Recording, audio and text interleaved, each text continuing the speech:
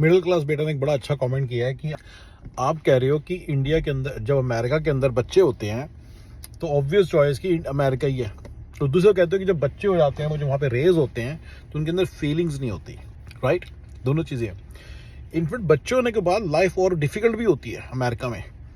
मतलब जो कोई बंदा यहाँ पे आए, वो यंग बच्चा या बच्ची है, यहाँ पे टाइम लगाए अच्छा खासा, and husband wife drink mode में भी जो पैसे, जब 2-3 साल तो डिंक मोड के मेरे भी थे, तो वो तो ऐसे तो मैं रेकमेंड नहीं करता जल्दी जल्दी बच्चे करो, राइट।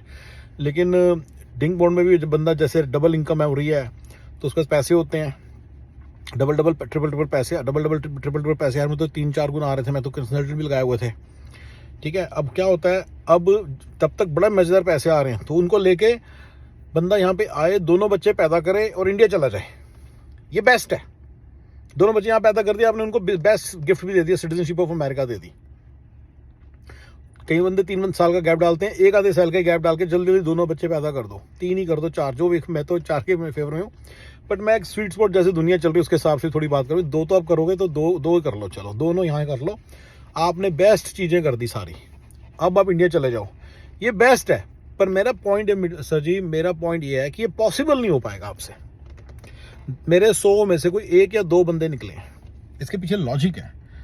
बच्चों, अच्छा पहला तो ये कि बंदे, जो मेरे को भी नहीं पता था कि बच्चे इस तरह से बन जाते हैं, मेरे को तो आज 16-17 साल के बाद पता चल रहा है ना कि बच्चे बिल्कुल डिफरेंट है। जो बच्चे इंडिया में पले बड़े हैं अपने पेरेंट्स से अटैच्ड हैं, जो बच्चे इंडिया में पले बड़े नहीं अपने पेरेंट्स से अटैच नहीं है, आई कैन फील इट। जो अमेरिका में पले बड़े हैं वो इतने अटैच नहीं है, आई कैन सी इट। उनका डिफरेंट वे है, उनका सोचने का तरीका नहीं है, बड़े इंडिपेंडेंट से बच्चे बने हैं, ठीक है ना।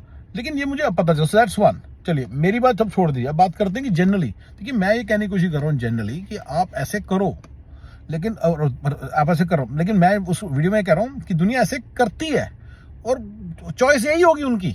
मैंने ये बोला ना, क्यों होगी, क्योंकि CSF को फॉलो नहीं ना कर रहे यार, उनको पता नहीं है ना कि करना क्या लाइफ में, सारे अंधों की तरह से चलते जा रहे हैं, जहां से वो नदी की तरह जहां होता जा रहा है वैसे चलते जा रहे हैं, अपनी तरफ से कोई रास्ता नहीं बना रहे, right. This is also one of the things. 100 में से 2 या 3 बंदे वापस जाते हैं इस पॉइंट पे, कोई बाकी जाता नहीं है। आइडियली तो ये बहुत अच्छी बात हो सकती है इन वन वे, आप इतना पैसा बना के इंडिया चले जाओ, अपनी प्रेजेंस इंडिया में कर लो, बच्चे इंडिया में पालो, बच्चे आप भी अगर किसी तरह से उसको कहते हो सिटीजनशिप ले लो, कनाडा की तो सिटीजनशिप ली जा सकती है, और अगर आप अमेरिका भी सिटीजनशिप ले लो तो आपके साथ कोई स्मार्ट बंदा है ही नहीं। आप जब मर्जी चाहो अमेरिका में आओ, 3-4 महीने का एक प्रोजेक्ट करो, IT प्रोजेक्ट करो, और क्या नाम है, $40-50 हज़ार के चले जाओ।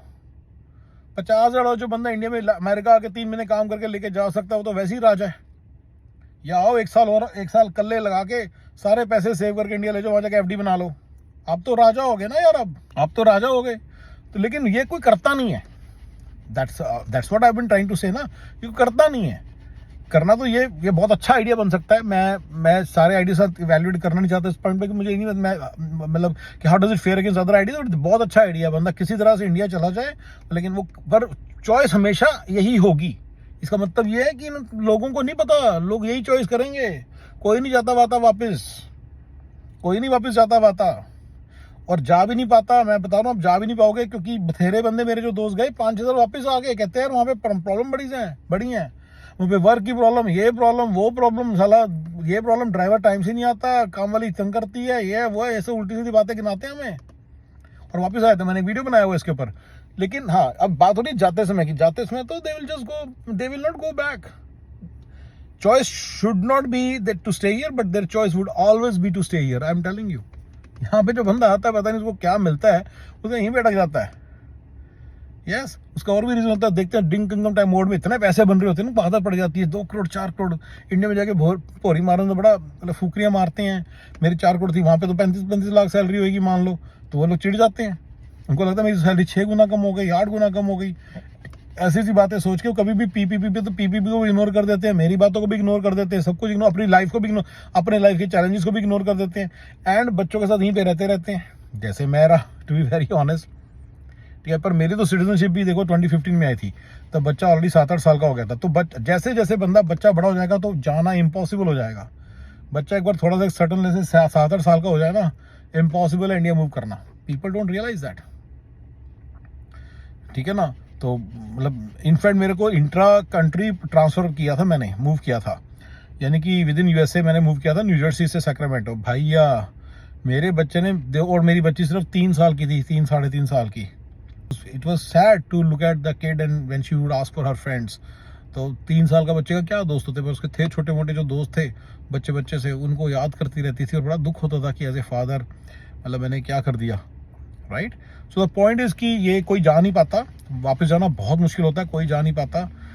ये मैं कहना चाह रहा था। मैं ये नहीं कह रहा था कि ना जाओ, मैं तो कहता हूँ जाओ, बल्कि बच्चे दोनों जल्दी जल्दी यहाँ पैदा करके वापस भाग जाओ, बस भाग जाओ, सिटीजनशिप लेके चले जाओ तो और भी बेस्ट है। मतलब वही लेके जाना है, मतलब बनता है चाहे कैनेडियन सिटीजनशिप हो या अमेरिका की सिटीजनशिप हो, लेके भाग जाओ बस। Canadian citizenship is equally good, PN visa पे जब मर्जी वापस आके अमेरिका में काम कर सकते हो, बस बेस्ट है। But people will not do it, that's the thing. ठीक है, चलिए ओके जी, I hope I emphasise the point and clarified the point. Thank you ji.